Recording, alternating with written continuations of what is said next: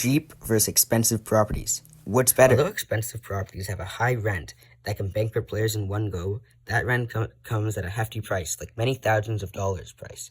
And because the rent is so high, when someone immediately goes bankrupt, you don't always get money. Most of the time, you can just get a bunch of mortgage properties and a few $100s. Because these properties are so expensive to build on, to actually get hotels and properties like the blues and greens, you almost always need a second source of income, and this leads us to the cheap properties.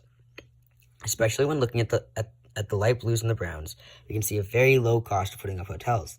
And although the rent isn't amazing when compared to more expensive properties like the blues and greens, it doesn't matter, as with your starting money, you will be able to get hotels on both of the browns or all of the light blues as soon as you get all of them. So it won't matter if the rent on Connecticut is less than Boardwalk, because you will be the only one on the board with hotels.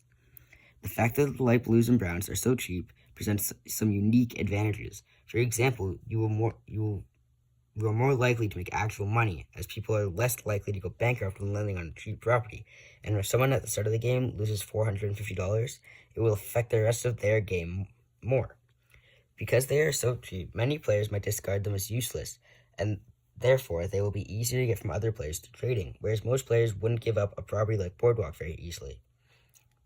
These cheap properties are also very good at making the money required to invest in a more expensive property, like the oranges, reds, or yellows, as most of the time, cheap properties won't be enough to end the game, but they will be enough to win you the game from the start. Comment your opinion below, and whilst you're down there, like and subscribe, because now you know